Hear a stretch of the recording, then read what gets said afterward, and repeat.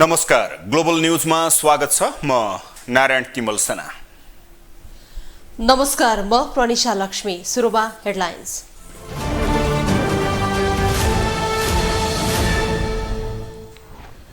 दलहरू बीच सहमति नजुट्दा संवैधानिक परिषदसँग सम्बन्धी विधेयक प्रतिनिधि सभामा पेश हुन सकेन। संसदीय समिति गठन प्रक्रिया समेत अनिश्चित।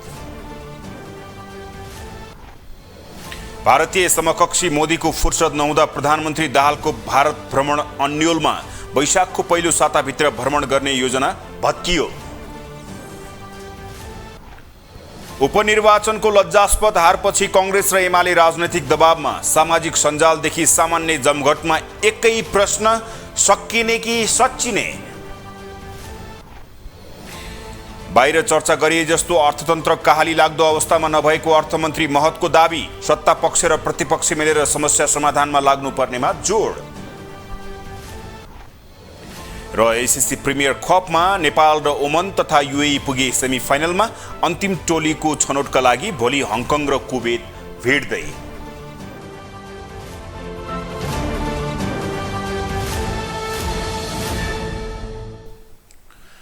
ग्लोबल न्यूज अब विस्तारमा।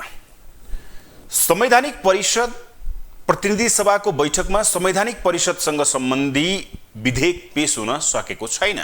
बुधबार सिंहदरबारमा बसेको कार्यव्यवस्था परामर्श समितिको बैठकमा सत्ता पक्ष र प्रमुख प्रतिपक्षी दलहरू बीच सहमति नजुट्दा प्रतिनिधि सभाको बैठकमा संवैधानिक परिषदसँग सम्बन्धी विधेयक पेश हुन नसकेको हो।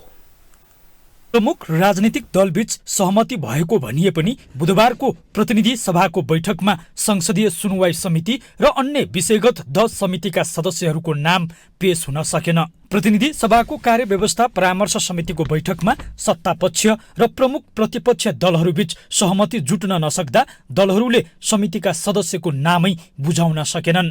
बैठकपछि प्रमुख प्रतिपक्षी दल नेकपा एमालेका प्रमुख सचेतक पदम गिरीले संवैधानिक परिषदसँग सम्बन्धित विधेयक कन्टेन्टमा छलफल गर्ने सन्दर्भमा केही विषयमा सहमति जुट्न नसकेको बताए। उनले संसदीय 10 वटा विषयगत समिति र 2 वटा संयुक्त समितिका सदस्यहरूको नाम पनि पेश गर्न गाह्रो परेको बताए। समितिमा सदस्यहरू पेश हुन नसक्नुमा नेपाली कांग्रेस सहितका केही दलहरूको सदस्यहरूको नाम दिनका लागि बिहीबारसम्मको समय मागेका छन्। संवैधानिक परिषदमा अध्यक्ष र उपस्थित संख्याको 50% भन्ने कुराले समितिको बहुमतलाई अस्वीकार गर्न खोजेको देखिएको भन्दै अध्यक्ष अनिवार्य नै हुनुपर्ने, अध्यक्षले नमान्दा कुनै निर्णय नै नहुने जस्तो गरी आएको प्रस्ताव सच्याउनु पर्ने पक्षमा एमाले रहेको गिरीले स्पष्ट पारे। एउटा चाहिँ संवैधानिक जुन परिषदसँग सम्बन्धित जुन विधेयक छ, त्यो विधेयकलाई आज फुल हाउसबाट पारित गरेर जाने भन्ने शीर्ष नेताहरूको बिचमा सहमति थियो। तर त्यसको कन्टेन्टमा हामी छलफल गरेका थिएनौँ, हैन। र आज केही कन्टेन्टमा छलफल गर्ने सन्दर्भमा चाहिँ केही विषयहरूमा हाम्रो सहमति जुट्न सकेन, जसले गर्दा फेरि पनि हामी चाहिँ बस्नुपर्ने आवश्यकता देखियो, हैन। त्यही कारणले गर्दाखेरि चाहिँ त्यो विधेयक पनि आज सदनमा पेश हुन सक्ने परिस्थिति बनेन। जुन समितिहरू गठनका सन्दर्भमा थियो, 10 वटा विषयगत समिति र 2टा जुन संयुक्त समितिहरू छन्, ती समितिहरूमा नाम उपलब्ध गराउने सन्दर्भमा नेकपा एमालेको तर्फबाट हामी तयारै थियौँ। आज बुझाउने गरी नै हामी आएका थियौँ। तर नेपाली कांग्रेस लगायत अन्य दलहरूले चाहिँ अलिकति तयारी नपुगेको र भोलिसम्मको लागि उहाँले समय माग गर्नुभयो। त्यस कारणले गर्दाखेरि समितिमा आज त्यो पेश गर्न सकिन्छ। त्यस्तै नेपाली कांग्रेसका प्रमुख सचेतक रमेश लेखकले 3 दलका शीर्ष नेताहरूका बीचमा संसदभित्रका विषयमा भएका सहमति कार्यान्वयन गर्ने विषयमा छलफल सकारात्मक रहेको दावी गरे। उनले छलफल टुङ्गिन नसक्दा समितिहरू बन्न नसकेको स्पष्ट पारे। संसदीय राजनीतिमा प्रमुख प्रतिपक्षी दललाई सार्वजनिक लेखा समितिको मात्रै सभापति दिइने अभ्यास रहेको भए पनि शीर्ष तहबाट 3 वटा समिति सभापति पाउने भएको प्रति असन्तुष्टि बढेको छ। आजसम्म प्रतिपक्षलाई एउटा सार्वजनिक लेखा समितिको मात्रै नेतृत्व गर्ने पद्धति थियो, हामी कहाँ परम्परा थियो, अभ्यास थियो। 2048 सालदेखिको हो यो। प्रमुख प्रतिपक्षले सार्वजनिक लेखा समितिको मात्रै सभापति पाउँथ्यो। अनि 3टै चाहिँ त 3 वटा समितिको नेतृत्व प्रतिपक्षले गर्ने भन्ने पनि सहमति भएको छ। त्यसरी नै अहिले जुन संवैधानिक परिषद सम्बन्धी विधेयकको संशोधन आएको छ, त्यो संशोधनलाई पूर्ण बैठकबाट नै पास गर्ने, त्यसलाई समितिमा नलैजाने भन्ने सहमति भएको छ। र त्यसैसँग जोडिएको विषय सुनवाई समिति गठन गर्ने कुरा भएको छ। र त्यो सुनवाई समितिमा पनि पहिलो पार्टी दोस्रो पार्टीको जुन चाहिँ त सङ्ख्यात्मक आधारमा प्रतिनिधित्व हुने गरेको थियो त्यहाँनिर पनि एउटा ब्रोडर सहमति भएको छ र प्रतिपक्षको सङ्ख्यालाई चाहिँ त थोरै बढाउने कुरा पनि भएको छ। यद्यपि दलहरू बीच भने संसदीय समितिलाई पूर्णता दिने बारे गृह कार्य भइरहेको छ। केही दिनअघि 3 दलका शीर्ष नेताका बीचमा संसदभित्र केही महत्त्वपूर्ण सहमति भएको दावी गरिएको थियो। तर समितिमा सदस्य चयन गर्ने र नेतृत्व गर्ने विषयमा आन्तरिक विवाद बल्झिँदा मिनी संसदका रूपमा हेरिने संसदीय समिति कहिले बन्ने र संसदीय अभ्यास हुने अनिश्चित बनेको छ। प्रधानमन्त्री पुष्पकमल दाहालको भारत भ्रमण कहिले हुने भन्नेमा अन्यल देखिएको छ। प्रधानमन्त्री दाहालले भारतबाट विदेश भ्रमण सुरु गर्ने भने पनि भ्रमणको मिति टुङ्गो लाग्न सकेको छैन। भारतका प्रधानमन्त्री नरेन्द्र मोदी र विदेश मन्त्री एस जयशंकरको व्यस्तताका कारण पनि तत्काल भ्रमणको सम्भावना नभएको बताइएको छ। प्रधानमन्त्री पुष्पकमल दाहालले भारत भ्रमणको तयारी गरिरहेका छन्, तर भ्रमण कहिले हुने भन्नेमा अन्यल देखिएको छ। प्रधानमन्त्री भए लगत्तै दाहालले आफ्नो पहिलो विदेश भ्रमण भारतबाटै हुने अभिव्यक्ति दिएका थिए। तर प्रधानमन्त्री बनेको 4 महिनासम्म मिति टुङ्गो नलाग्दा उनले अन्य देशको भ्रमण पनि गर्न पाइरहेका छैनन्। खास गरी भारतीय पक्षको व्यस्तताका कारण प्रधानमन्त्री दाहालको भारत भ्रमण अनिश्चित बनेको हो। भारतीय प्रधानमन्त्री नरेन्द्र मोदी कर्नाटकको चुनावका कारण व्यस्त छन्। त्यसमाथि विदेश मन्त्री एस जयशंकर लगातार विदेश यात्रामा छन्। जयशंकर यति बेला अमेरिकामा छन्। उनी वैशाख 22 गतेसम्म व्यस्त रहनेछन्। यसकारण पनि भारतीय पक्षले प्रधानमन्त्री दाहालको भारत भ्रमणलाई व्यवस्था गरिरहेको देखिएको छ। तर यता नेपाली पक्षले भने वैशाखभित्रै प्रधानमन्त्री दाहालले भारतको भ्रमण गर्ने दावी गरेको छ। प्रधानमन्त्री दाहालको सचिवालयले सके वैशाख तेस्रो साता नसके वैशाख अन्तिमसम्ममा प्रधानमन्त्री दाहालले भारत भ्रमण गर्ने बताएको छ। अब अन्य व्यस्तता कारणले पनि ढिलो भयो। फेरि अब यो त फेरि भारतको प्रधानमन्त्री पनि समय मिलाउनु पर्ने हुन्छ। त त्यसले गर्दा यो सहज विषय होइन। परराष्ट्र मन्त्रालयले पहल लिन्छ र डेट ठोस फिक्स हुन्छ। यो महिनाभरिमा हुन्छ।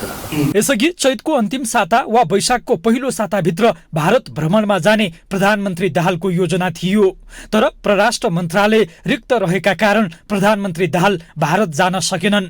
प्रधानमन्त्री दाहालको भारत भ्रमणकै लागि नेपाली काङ्ग्रेसका एनपी साउदलाई परराष्ट्र मन्त्री बनाएको 1 हप्ता बितिसक्यो। तर भारतीय पक्षले समय नदिँदा दाहालको भारत भ्रमण अड्किएको हो। प्रधानमन्त्री दाहालको भारत भ्रमण अनिश्चित भएको प्रसङ्गले प्रतिनिधि सभामा समेत प्रवेश पाएको छ। नेकपा एमालेका सांसद रघुजी पन्तले प्रधानमन्त्री दाहालको भारत भ्रमणमाथि नै प्रश्न उठाएका छन्।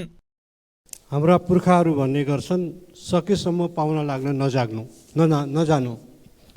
पाहुना लाग्न जाने हो भने बोलाउनेले हार्दिकता साथ बोलाएको हुनुपर्छ, सम्मान साथ बोलाएको हुनुपर्छ। हाम्रो प्रधानमन्त्री भएदेखि भारत भ्रमण जान्छु भनिराख्नु भएको छ। तर भारत भ्रमणको डेट फिक्स भएको छैन। अब वैशाखको अन्तिम साता जाने भन्ने थियो, त्यो पनि फेरि केही अनलाइनहरूमा के हो भन्ने खबर आएको छ।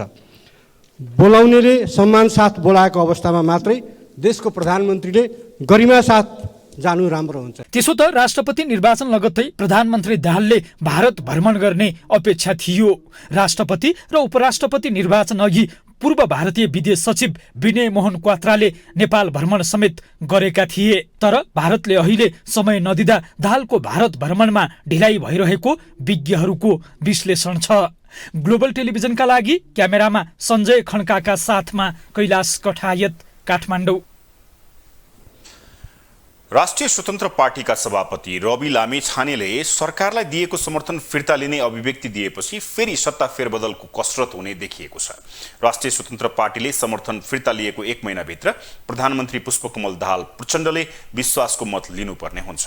तर विश्वासको मत लिँदा कांग्रेस एमाले आफ्नै नेतृत्वमा सरकार बनाउन दौडधुप गर्ने आकलन गरिएको छ। राष्ट्रिय स्वतन्त्र पार्टीका सभापति रवि लामिछानेले चितवन क्षेत्र नम्बर 2 को उपनिर्वाचन जिते लगतै भने यो सरकारलाई सधैँ साथ दिनुपर्छ भन्ने छैन। माओवादी अध्यक्ष पुष्पकमल दाहाल प्रचण्ड नेतृत्वको सरकारलाई दिएको समर्थन फिर्ता लिन्छौं। उनको यो चेतावनी युक्त भनाइबाट प्रष्ट हुन्छ कि सत्तामा साझेदार चाहिन्छ कि त सरकारलाई दिएको समर्थन फिर्ता लिइन्छ। नेपाली जनताको आजको आवश्यकता के हो त्यसलाई मध्यनजर राख्नेछौँ। सबैभन्दा महत्त्वपूर्ण कुरा विदेशमा रहेका नेपाली दाजुभाइ दिदीबहिनीहरूले हामीलाई अत्यन्त माया र विश्वास गर्नुभएको छ। हरेक घरका नेपाली दाजुभाइ दिदीबहिनीहरूले घर घरमा फोन गरेर भन्नुभएको छ कि घन्टी चुनाव चिन्हमा भोट हाल्नु होला भन्नुभएको छ। र ती तमाम दाजुभाइ दिदीबहिनीहरू जो विदेशमा पसिना बगाइरहनु भएको छ, स्वदेशको चिन्ता गर्नुभएको छ, तपाईँहरूलाई धेरै धन्यवाद दिन चाहन्छु, म नमन गर्न चाहन्छु। मङ्सिर 4 पछि बनेको सरकार उप प्रधानमन्त्री सहित गृहमन्त्री भएका लामिछानेले सर्वोच्चको फैसलापछि पनि सत्तामा जान अनेकन दौडधुप गरिरहेका हुन्। गृहमन्त्री नै नपाएपछि सरकारबाट बाहिरिएको रासोपाले सरकारलाई भने समर्थन यथावत नै राखेको थियो। नागरिकताबाट पद गुमाएका लामिछानेले राहदानी मुद्दा महान्यायाधिवक्ता मार्फत किनारा लगाउन सरकारलाई विश्वासको मत दिएको आरोप लागेको थियो। उपचुनावसम्म सरकारलाई समर्थन दिने र अब फिर्ता लिने अभिव्यक्तिले उनीमाथि नै प्रश्न उब्जाइदिएको छ। सभापति लामिछानेको यो अभिव्यक्तिले संसदमा 21 सिटको दल रासोपाले केही दिनमै सरकारलाई दिएको समर्थन फिर्ता लिने देखिएको छ, जसका कारण प्रचण्ड नेतृत्वको सरकारले फेरि 1 महिनाभित्र विश्वासको मत लिनुपर्ने देखिन्छ। पहिलो पटक विश्वासको मत लिँदा अस्वाभाविक समर्थन पाएका प्रचण्डले एमालेसँगको गठबन्धन तोड्दा काङ्ग्रेस सहितका 10 दलको समर्थन पाए। भागबण्डमा सरकारको नेतृत्व गर्ने सहमति गठबन्धनभित्र छ, तर सरकार बनेको 5 महिनामै 3 पटक विश्वासको मत लिने अवस्थामा प्रचण्ड पुग्दैछन्। अझै सरकारले पूर्णता पाएको छैन। अर्का सत्ताका माहिर खेलाडी मानिएका जसपा अध्यक्ष उपेन्द्र यादवले समेत 12 क्षेत्र नम्बर 2 बाट उपचुनाव जितेका छन्। जसपालाई भाग परेको एउटा मन्त्रालय नै खाली राखिएको छ। जसपाबाट अब अध्यक्ष यादव नै उपप्रधान सहित मन्त्री बन्ने सम्भावना बढेको छ। रासोपाले समर्थन फिर्ता लिए प्रचण्ड नेतृत्वको सरकार नै सङ्कटमा पर्ने देखिएको छ। प्रचण्डले विश्वासको मत लिने अवस्थाले काङ्ग्रेस र एमाले आफ्नै नेतृत्वमा सरकार बनाउन कसरत नगर्लान् भन्न सकिन्न। अङ्कगणित नै फेरबदलको अवस्था आयो भने फेरि सरकारकै लागि लुच्छाचुडी हुने र अस्थिरता निम्तिने खतरा बढ्ने देखिन्छ। वैशाख 10 गतेको उपचुनावको नतिजा सार्वजनिक भएसँगै सामाजिक सञ्जालमा एउटा विषय जबरजस्त उठिरहेको छ। त्यो हो पुराना दल सच्चिने कि सकिने। राष्ट्रिय स्वतन्त्र पार्टीले चितवन र तनहुँमा भारी मतले जितेपछि ठुला र पुराना दललाई धेरैले प्रश्न उठाउँदा नेताहरू नै भनिरहेका छन् अब सच्चिनु पर्छ। नेतृत्व सच्चिनु पर्ने हो वा नेता र कार्यकर्ता अथवा पार्टीको नीति र सिद्धान्त नै सच्याउनु पर्ने हो, यो बारे स्वयं नेता नै अनभिज्ञ छन्। चितवनमा रवि लामिछाने र तनहुँमा डाक्टर स्वर्णिम वाग्लेले अत्याधिक बहुमत ल्याएर प्रतिनिधि सभाको उपचुनाव जिते। राष्ट्रिय स्वतन्त्र पार्टी एक्लै चुनाव भिड्दा ठुला र पुराना भनिएका दल भने गठबन्धनको सहारा लिएर मैदानमा उत्रिए। गठबन्धनको बलमा 2 निर्वाचन क्षेत्रमा आफ्ना उम्मेद्वार उठाएको काङ्ग्रेस र तिनै क्षेत्रमा एक्लै भिडेको नेकपा एमालेका उम्मेद्वारहरूले लज्जास्पद हार बेहोरे। यही परिणामलाई लिएर यति बेला नयाँ बहस पैदा भएको छ। सामाजिक सञ्जालमा जबरजस्त उपनिर्वाचनको मत परिणामलाई लिएर पुराना दलमाथि प्रहार भइरहेको छ। सामाजिक सञ्जालमा भइरहेको तीव्र आलोचनाले काङ्ग्रेस र एमालेका नेताहरू अब सच्चिएर अघि बढ्नुपर्ने प्रतिक्रिया दिइरहेका छन्। काङ्ग्रेस वरिष्ठ नेता डाक्टर शेखर कोइरालाले समेत विराटनगरमा पुगेर काङ्ग्रेस सच्चिन जरुरी रहेको विचार राखे। महामन्त्री विश्वप्रकाश शर्माले पनि रूपान्तरित हुन सन्देश दिएको भन्दै अब नयाँ ढङ्गले जुट्नुपर्ने बताए। अब प्रश्न उठ्छ, उपनिर्वाचनको यही मत परिणामले काङ्ग्रेस साँच्चीकै आत्तिएको हो त? यो निर्वाचनबाट संसदीय अङ्कगणितमा केही फरक पर्ने पनि देखिँदैन, तर सच्चिने सुध्रिने र रूपान्तरण हुने गरी काङ्ग्रेस उपनिर्वाचनबाटै किन डरायो भन्ने सवाल पनि उठेको छ। सभापति शेरबहादुर देउवाले पनि सामाजिक सञ्जालका कारण पार्टीले हार्नु परेको प्रतिक्रिया दिनुले नेताहरूमा यो मत परिणामले झस्काइदिएको छ। नेताहरूले सच्चिनु पर्ने कुरा उठाइरहँदा अब सवाल उठ्छ, सभापति देउवाको कार्यशैली, उपसभापतिहरू, महामन्त्री, नेता तथा कार्यकर्ता को कसरी सच्चिने त? कि पार्टीकै कार्यदिशा र सिद्धान्त नै फेर्नु पर्ने? सच्चिने भनेर मुखले भनेर भएन। अब सच्चिनेको चाहिँ क्याप्सुल प्रोग्राम सटिक अब हामीले चाहिँ भन्छ ठिक छ, अब महासमिति होस् कि महाधिवेशन होस् कि छिटो बोलाएर त्यहाँ चाहिँ व्यापक छलफल गरेर नेपाली काङ्ग्रेसको गन्तव्य के प्रश्न त उठेको छ नि। बिपीको सिद्धान्त, आदर्श, समाजवाद सबै तिमीहरूले छोड्यौ। अहिले त भन्नु न अब खास गरेर वामपन्थी त्यो पनि भन्नु न अब माओवादी वा अरू कम्युनिस्टहरूको बैशाखी नटिक्ने भयो भने नटिकिकन त पार्टी अपाङ्ग भयो, अपाङ्ग बनायो भन्ने आरोप छ नि त।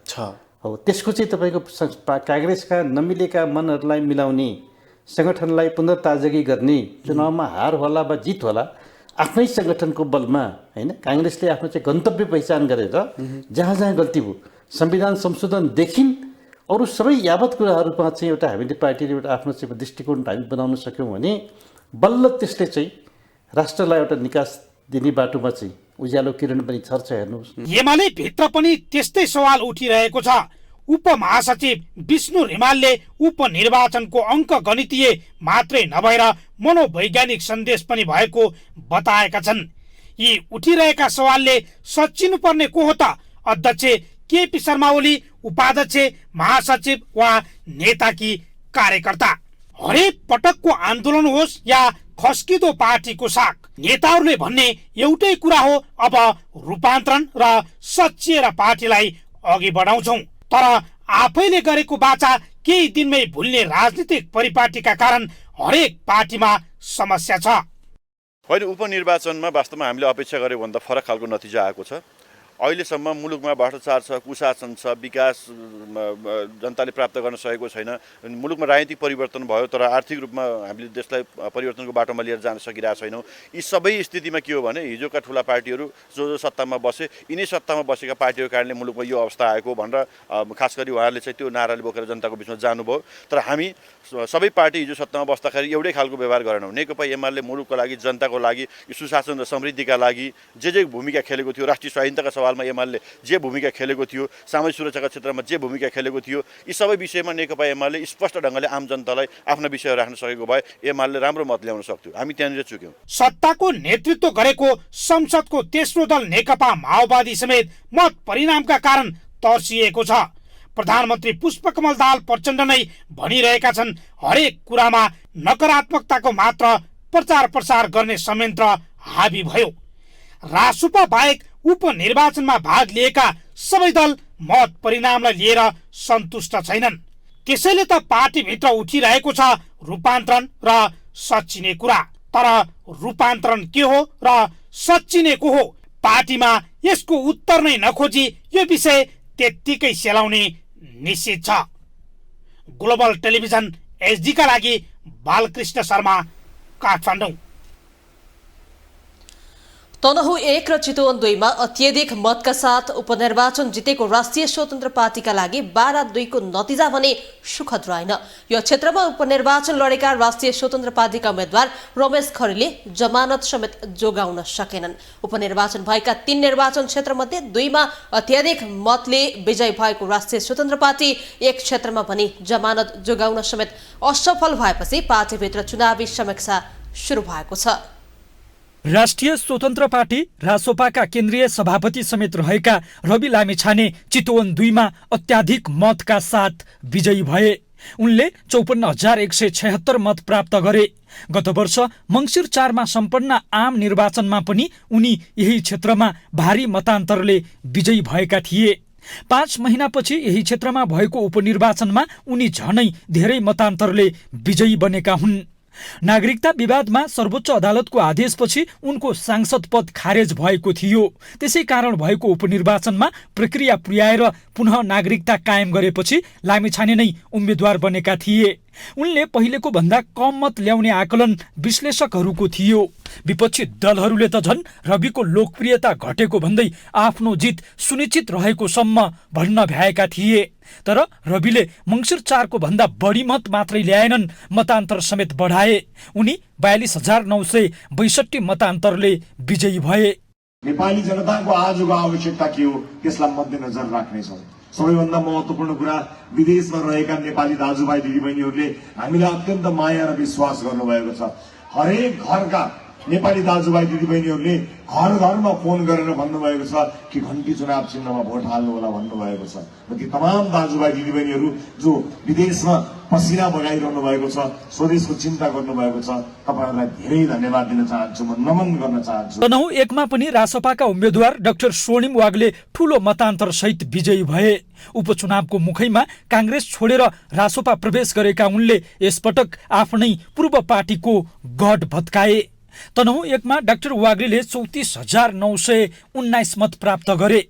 उनका निकटतम प्रतिस्पर्धी काङ्ग्रेसका गोविन्द भट्टराईले 20,122 मत मात्र ल्याए। नेपाली मतदाता र नागरिकहरूको सशक्तिकरणका बारेमा पनि धेरै कुराहरू गरिएका छन्।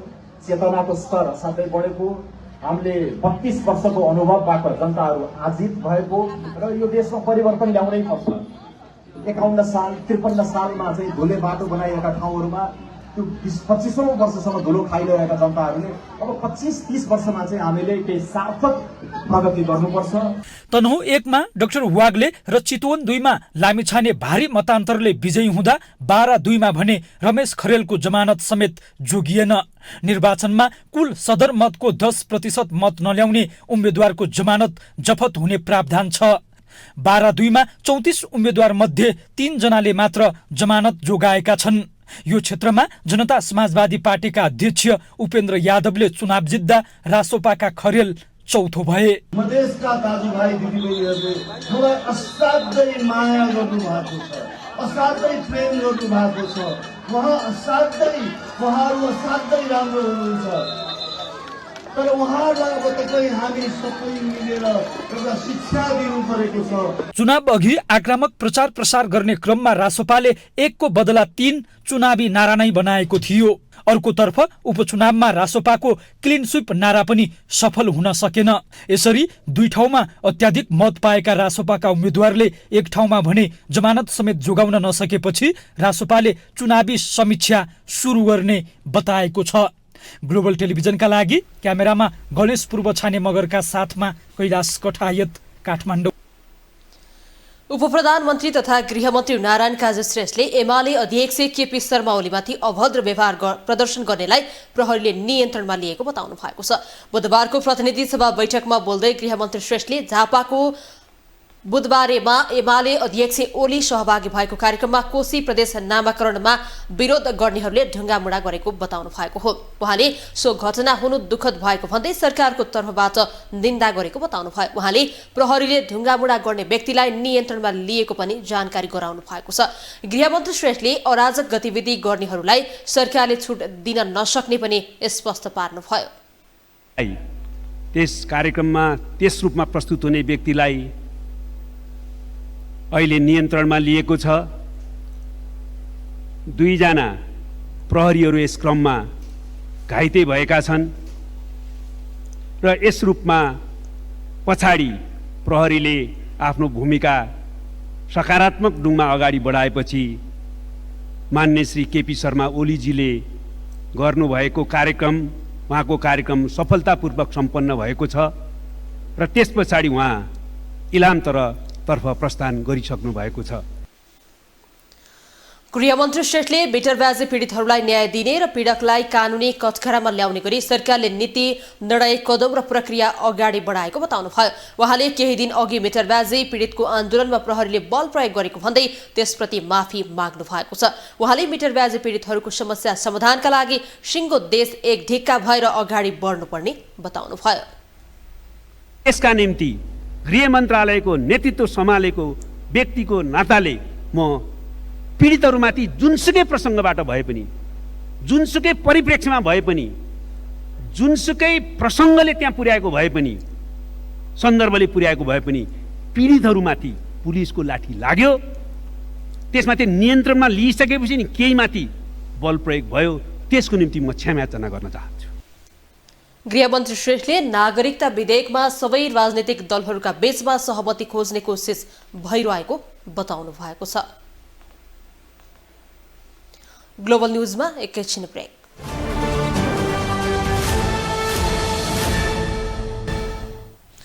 ब्रेकपछि स्वागत छ। अब बाँकी न्यूज।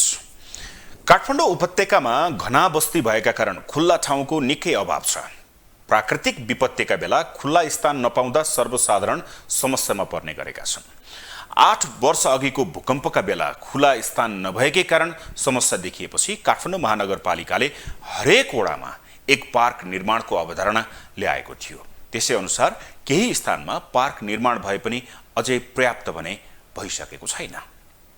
8 वर्ष अघिको महाभूकम्पको बेला काठमाडौँमा खुल्ला स्थानको अभाव महसुस गरिएको थियो। त्यसै बेला काठमाडौँ महानगरपालिकाले हरेक वडामा कम्तीमा एउटा पार्क बनाउने अवधारणा अघि सारेको थियो। पार्क निर्माण गर्न सके खुल्ला स्थानको संरक्षण हुने र घुमघाम गर्न पनि स्थान बन्ने महानगरको योजना थियो।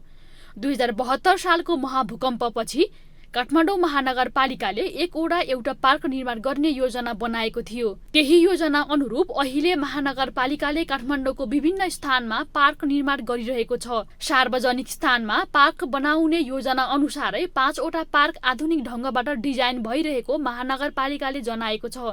महानगरपालिकाको 4 नम्बर वडामा 14 वटा पार्क बनिसकेको महानगरले दाबी गरेको छ।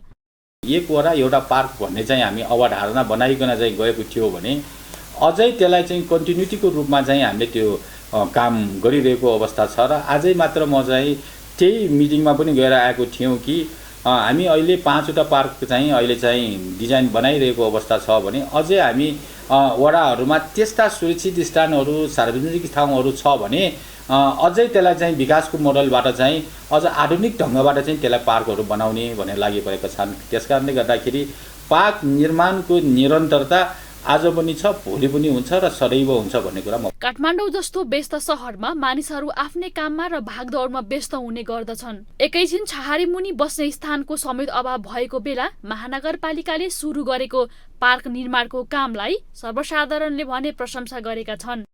सबैभन्दा राम्रो त अब पार्क ठाउँ ठाउँ भएको चाहिँ राम्रो।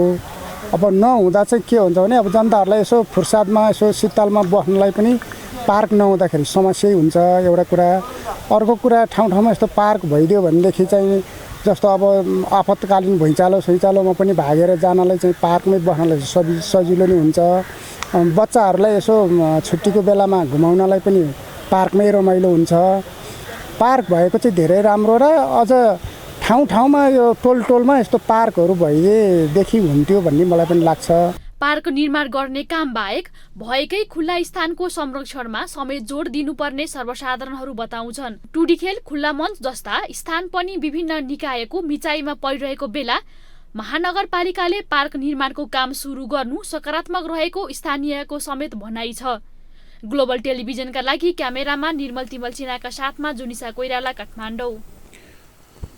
काठमाडौँ महानगरपालिका भित्रका सडक क्षेत्रमा पर्ने गरी बनाइएका प्रहरी बिटलाई हटाउन थालिएको छ। प्रहरी बिटले सडक अवरोध भएको भन्दै महानगरले मंगलबारदेखि सडक मिचेर बनाइएका प्रहरी बिट हटाउन सुरु गरेको छ। भत्काइएका प्रहरी बिटहरू आवश्यक नभएको र ती स्थानको सुरक्षा महानगर प्रहरीले गर्न सक्ने महानगरले बताएको छ। बालेन शाह नेतृत्वको काठमाडौँ महानगरले सडक मिचेर बनाइएका प्रहरी बिट हटाउने काम सुरु गरेको छ। फुटपाथ व्यापारीलाई हटाएर पैदल मैत्री बनाउने अभियानमा रहेको महानगरले प्रहरी बिटले सडक पेटी नै अवरोध भएको भन्दै मंगलबार हटाउन सुरु गरेको हो। महानगरपालिकाले सामाखुसी, बालुवाटार, सिनामङ्गल, जडीबुटी, मैतीदेवी लगायतका ठाउँमा सडक मिचेर बनाएका प्रहरी बिट भत्काइसकेको छ। अन्य स्थानको सडक मिचेर बनाएका प्रहरी बिट समेत भत्काउने महानगरले जनाएको छ। बस्न लायक नभएको ठाउँहरूको त्यो टहराभित्र पनि पुलिस बिट रहेको छ। त्यो कारणले गर्दाखेरि हामी पुलिससँग सहकार्य गर्दाखेरि अब हामी हिजोको दिनमा चाहिँ त्यो ठाउँमा चाहिँ आवश्यक भयो भन्ने कारणले गर्दाखेरि राखेका हुन्।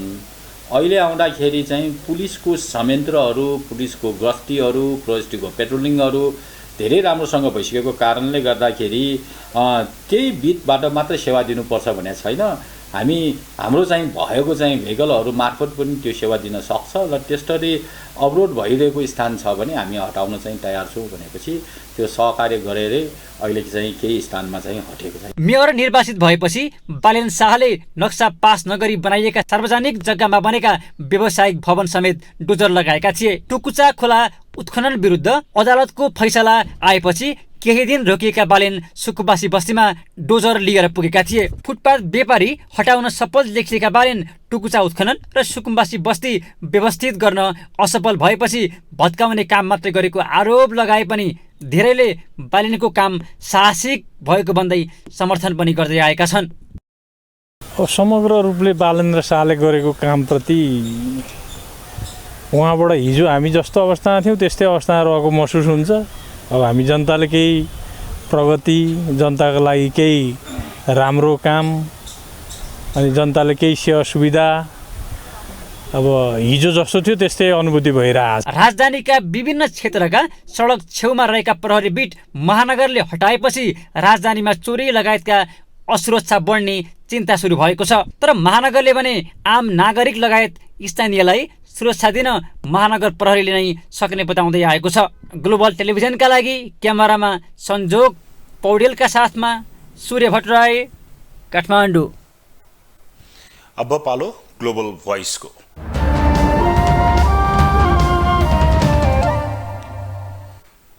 पछिल्लो शासकीय संरचनाले स्थानीय तहलाई शक्ति सम्पन्न बनाएको छ। जनताको नजिकको सरकारको रूपमा पनि यसलाई व्याख्या गरिन्छ। यसको नेतृत्व सक्षम जिम्मेवार भई दिने हो भने मात्र जनताले सरकारको अनुभूत गर्न पाउनेछन्। तर हाम्रोमा त्यसो हुन सकेको छैन। स्थानीय तह भ्रष्टाचारको अखडा बन्ने गरेको छ। यसै सन्दर्भमा आजको ग्लोबल भोइसमा हामीले सर्वसाधारणलाई सोधेका छौँ, काठमाडौँ महानगरपालिकाको कामप्रति कति सन्तुष्ट हुनुहुन्छ तपाईँ? त्यसलाई नराम्रो भन्नु मिल्दैन क्या। सुधारका लागि काठमाडौँ सहरलाई राम्रो बनाउनका लागि उनको प्रयास चाहिँ मलाई राम्रो लाग्छ उहाँको। तर अब यो त्यो खुट्टा तान्नेहरू बेसी देखिए। यो प्रगति नचाहनेहरू अथवा यथावत रूपमा रहनेहरू अथवा यो देशलाई हाँक्ने सारथीको रूपमा रहेका अग्रणीहरूका लागि आँखामा बिजाउन खोजिया जस्तो मानिरहेछन्। तर बालेन शाहले गरेको काम यो म त एकदम राम्रो लाग्छ, ठिक लाग्छ। अब धेरै कुरा चाहिँ ठिक पनि छ, अब कोही चाहिँ बेठिक पनि भयो। अब हुनेलाई ठिक भयो, नहुनेलाई बेठिक पनि भयो। त्यही एक ठाउँ मात्रै व्यवस्थित गरिदियो, अन्त व्यवस्थित नि गर्दैन होइन। त्यो चाहिँ राम्रो लागेन हामीलाई चाहिँ। अब सबै ठाउँ के व्यवस्थित गरिदिएर त्यसरी हटाएको भए होइन, गरिब दुखीलाई राम्रै हुन्थ्यो। अब गरिब दुखीलाई त उनीहरूले अब भने जस्तो सबैजना सम्पन्न छैनन् नेपालमा। अब नेपालमा दुःख गरेर खाना नि नपाउने भएपछि विदेशमा त कसरी खानिन्छ त होइन। हामीले दुःख गरेर खानु पनि बाटो बनाइदिनु पर्यो उनीहरूले। मैले व्यक्तिगत रूपमा भन्नुपर्दा चाहिँ जहाँसम्म ठिकै लागेको जस्तो लाग्छ होइन। तर अलिकति गरिब दुखीहरूलाई चाहिँ अलिक प्रब्लम भएको छ कि भन्ने चाहिँ हो होइन। किन भन्दाखेरि अब जस्तो यहाँ अब दिदी भाइ बहिनीहरू चाहिँ अब कोही बाटोमा अहिलेसम्म अब व्यापार विशेष गरिरहेको छ होइन। त्यो चाहिँ अलिकति व्यवस्थित गरिदिए हुन्थ्यो कि भन्ने हो। हामी त त्यति सन्तुष्टि छैनौँ, किनभने अहिले अब गरिबहरूलाई पनि काम गरेर खान दिएको छैन। एकदमै मान्छेको गाडाहरू पनि उचालेर लाने, हामीलाई पनि गेटमा बसेर बस्न नदिएर आज यस्ता ठाउँ ल्याएको छ। यो पनि पछि यो उचाल्यो भने यहाँ पनि बस्न दिँदैन। हामीलाई बस्ने ठाउँ चाहियो भनेर भन्न चाहन्छु म। उहाँले चाहिँ नै अहिले विभिन्न मन्त्रालय। अब इकोनोमिक न्युज।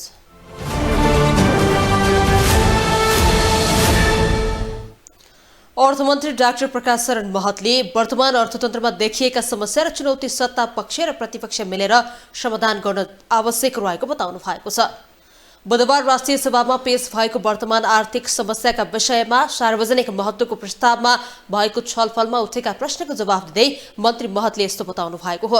अर्थमन्त्री महतले अर्थतन्त्र सुधारको लागि सबै मिलेर समाधान गर्ने विषयमा उच्च नेतृत्व तहमा छलफल भइरहेको दावी गर्नुभयो। उहाँले सदनमा सदस्यहरूले भनेको जस्तो अर्थतन्त्र कहाली लाग्दो अवस्थामा नभएको भन्दै सरकारले अर्थतन्त्र सुधार उन्मुख गराउन सक्ने अवस्थामा रहेको बताउनुभयो। उहाँले सरकार सम्पूर्ण रूपमा इमान्दारिताका साथ क्षमता र योग्यताले भ्याएसम्म आफू र पार्टी भन्दा माथि उठेर देश र जनतालाई केन्द्रमा राखेर काम गर्ने प्रतिबद्धता जनाउनुभयो। गति दिनको लागि विपक्षी सरकारमा बसेकाहरू सबै मिलेर साझा दृष्टिकोण बनाएर अगाडि बढ्ने कुरा, त्यसमा मेरो सहमति छ। त्यसमा हामी चाहिँ सहकार्य गरेर अगाडि बढ्नुपर्दछ। त्यो किसिमको छलफल पनि नेतृत्व तहमा अगाडि बढिरहेको छ। अर्थमन्त्री डाक्टर महतले अर्थमन्त्री भएर आएको 1 महिना भएकोले भन्दै तत्काल अर्थतन्त्रका सबै समस्या समाधान गर्छु भन्न नसक्ने बताउनुभयो। उहाँले अर्थतन्त्रमा बाह्य दबाव बढ्दै जाँदा राष्ट्र ब्याङ्कले मौद्रिक नीति मार्फत कडाई गर्दा ब्याङ्कको ब्याज दर वृद्धि, मूल्य वृद्धि, आयात प्रतिबन्ध लगाउँदा अर्थतन्त्रमा समस्या आएको दावी गर्नुभयो। मन्त्री भएको र अब बजेटको समय आइ नै सक्यो। अहिले नै सम्पूर्ण कुराहरू यी समस्याहरूलाई हटाएर सम्पूर्ण रूपमा सफा गरेर सारा कुरा म चाहिँ गर्न सक्छु भनेर म दाबी गर्दिनँ। तर सबैको सहयोगबाट हर सम्भव प्रयास यो अर्थतन्त्रलाई चलायमान गर्नेतर्फ मेरो सम्पूर्ण प्रयास केन्द्रित हुनेछ। अर्थमन्त्री डाक्टर महतले मौद्रिक नीति राष्ट्र ब्याङ्कको क्षेत्राधिकारभित्र भएकोले सहज बनाउन सरकारले अनुरोध गरिरहेको बताउनुभयो। उहाँले बजार सङ्कुचनको अवस्थामा रहेकाले चलायमान बनाउनु पर्ने अवस्था रहेको बताउनु भएको छ।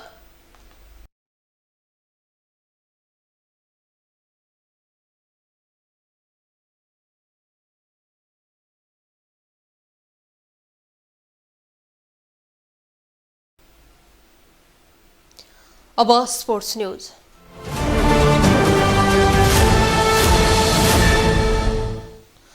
UAE प्रिमियर कपको सेमिफाइनलमा पुगेको छ। आज मुल्पाने क्रिकेट मैदानमा भएको खेलमा बहराइनलाई 8 विकेटले हराउँदै UAE सेमिफाइनलमा पुगेको हो। बहराइनले दिएको 117 रनको सामान्य लक्ष्य UAE ले 27 ओभर 4 बलमा मात्र 2 विकेट गुमाएर भेटायो।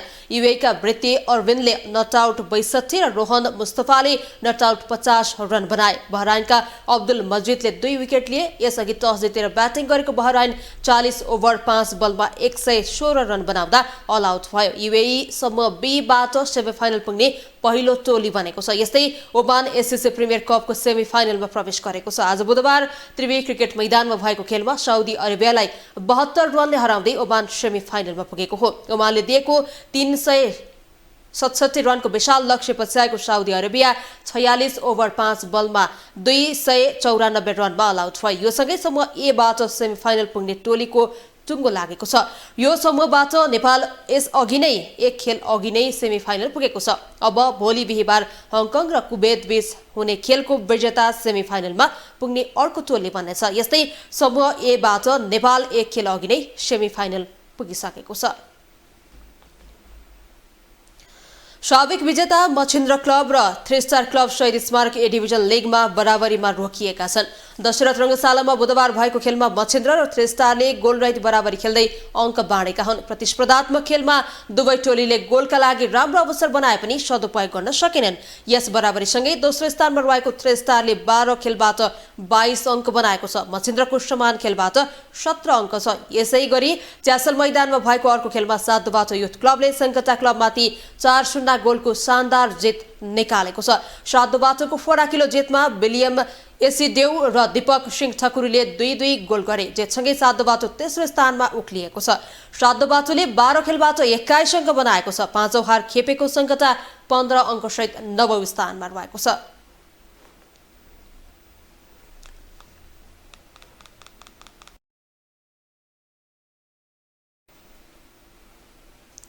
ग्लोबल न्यूजको अन्तिम हेडलाइन्स पुनः एकपटक।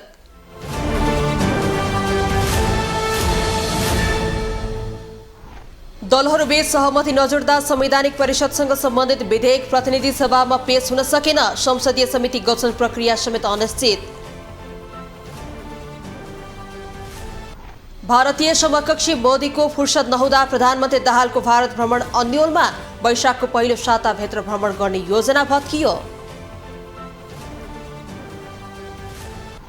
उपनिर्वाचनको लज्जास्पद हारपछि कांग्रेस र एमाले राजनीतिक दबावमा। सामाजिक सञ्जालदेखि सामान्य जमघटमा एकै प्रश्न, सकिने कि सच्चिने? बाहिर चर्चा गरिए जस्तो अर्थतन्त्र कहाली लाग्दो अवस्थामा नभएको अर्थमन्त्री महतको दावी। सत्ता पक्ष र प्रतिपक्ष मिलेर समस्या समाधानमा लाग्नुपर्नेमा जोड। र एससीसी प्रिमियर कपमा नेपाल र ओमान तथा UAE पुगे सेमिफाइनलमा। अन्तिम टोलीका छनौटका लागि भोलि हङकङ र कुवेत भेट्दै।